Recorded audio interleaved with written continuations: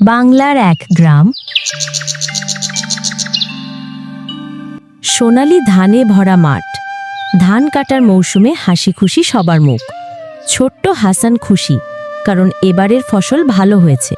কিন্তু এক সকালে খবর এলো, পাশের আনোয়ার কাকার গোলা থেকে অর্ধেক ধান উধাও। চায়ের দোকানে শুরু হলো কানাঘুষা।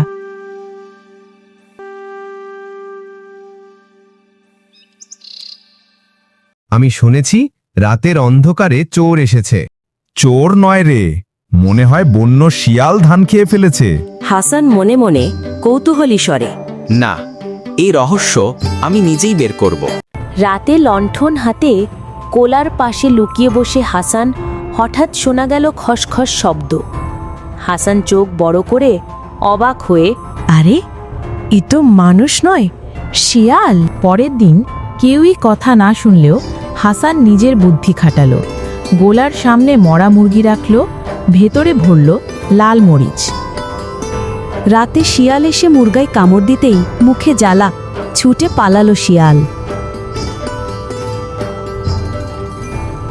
পরের দিন সকালে দেখা গেল ধান অক্ষত, আর শিয়াল নেই আশেপাশে। হাসান, তুই শুধু ধানই বাঁচাসনি, আমাদের গ্রামও বাঁচিয়েছিস। যদি সবাই মিলে পাহারা দিই, তবে আর চোর বা শিয়ালের ভয় থাকবে না।